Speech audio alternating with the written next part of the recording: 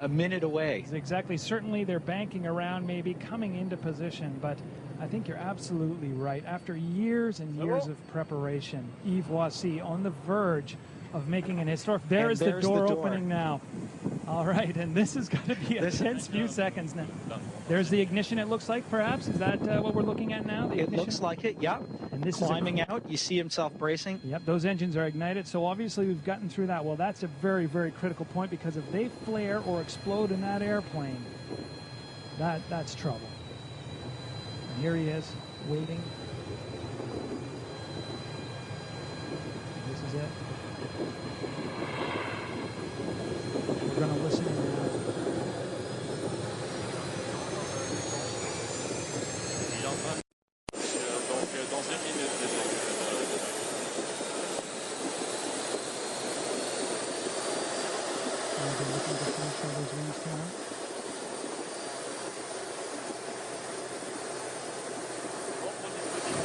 Final checks underway.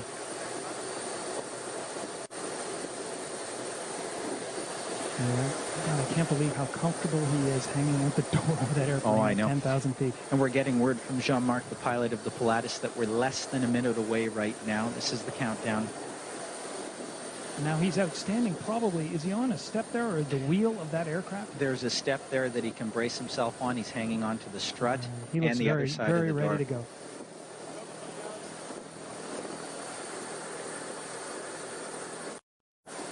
Unreal.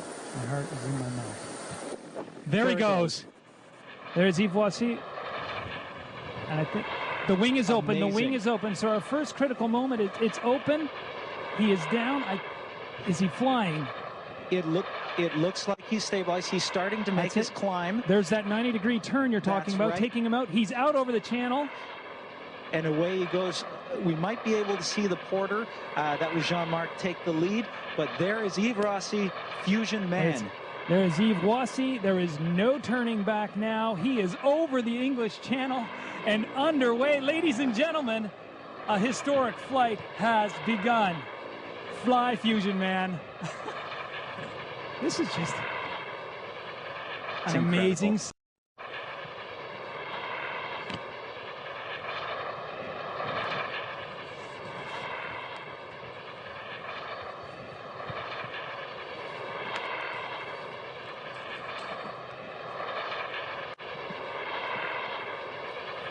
Unbelievable.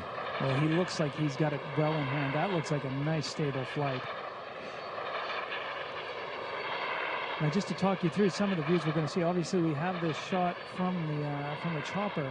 I believe there is also a camera mounted to Yves' wing, so a little later on we'll get hopefully something from a... Feels on top of the world. Look at that. Now, this is a shot of Dover. This looks like Dover. Yeah, these are the people watching. Obviously, you know, yesterday with this, I think we, you know, I don't know how many people were out yesterday, but I think that this attempt yesterday and the fact that he called it off, and it's such a beautiful day there. So many have shown up to welcome him in, to welcome history in. Absolutely. What a majestic shot. Now we're just getting some pictures in here, and it looked like, well, there's Yves, and I think off the top of our screen we had the Pilatus porter as well, guiding him in, his right-hand man, Jean-Marc as well. Well, again, in these images, you know, hard to say, we would love to get in closer, love to give you some very close shots. However, there's a very real threat, I think, Nick, to Yves, if that camera chopper gets too close to him. Well, you have to imagine that should anything go wrong with Yves, these helicopters have to be far enough away that there's no risk of collision. And if he were to get into the downwash of those helicopter blades, it could be really bad news for him, and of course keeping it safe. Now, it looks like he's past the halfway point right now. If I'm reading that correctly, 14 kilometers away. That's it. A little Dover. 41 is what our map is showing. A bit of extra fuel, as we said. He got there a bit quicker than expected. What a real shot. Look at that. Well, you know, this man is a lifelong thrill seeker. He has years of experience as a skydiver, a hang glider, a paraglider, an aerial stuntman, and a water skier, sometimes combining all those things. And look at what he's done here. You know, with that body position, he manages to maneuver himself around in a loop, very much like an aerobatic airplane himself. He's doing these maneuvers more than a normal airplane. Is that his canopy out? The parachute is open. And there you go. So this is the part here now. He's coming under canopy. He's still got the wing strapped to his back. He's going to have to land into wind. And he actually, you'll notice when he comes down, he's going to be landing on his knees because he still has a 120-pound wing strapped to his back. Well, as you said to me earlier, he cannot run this out with that on his back. Now, obviously, this man has exquisite skill when it comes to skydiving.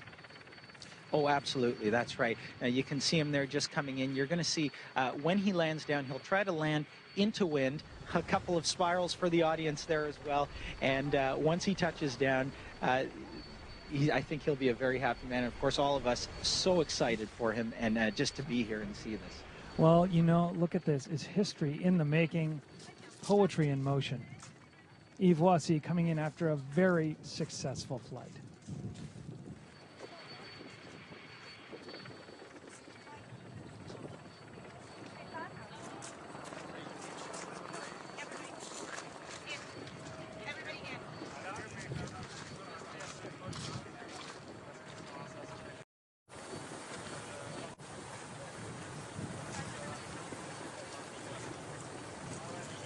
Down to the last few feet right now. Just riding that in. Now, do you think, is he just gunning it towards the ground to get this over with, or is he savoring these last few seconds? Oh, I think he's savoring these last few moments. He's got to feel on top of the world. Oh, absolutely.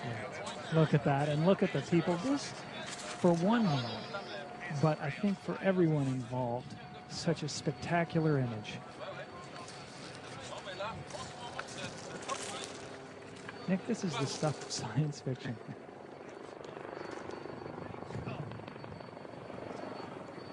You know, Jeff, this is a man living his dream, as we were saying. He wanted to fly like a bird since he was a child. He wasn't born with wings, so he built his own. And today, he has flown those wings.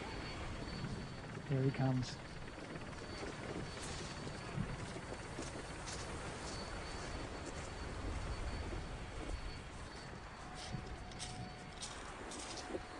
See if he has one last little show in store for the folks in Dover. You know, with that ground racing underneath him, or the water racing underneath him at 180 kilometers an hour, I think he's enjoying the sight, just the feeling of having made this a historic moment. You see, he's got his hands up right now, so that's sort of the position he's getting ready as he comes in for landing. And what he's going to do as he approaches the ground is pull down on those toggles to slow himself down just a little bit, and then come in for a nice landing. Just putting himself into wind right now, as you can see. There he comes.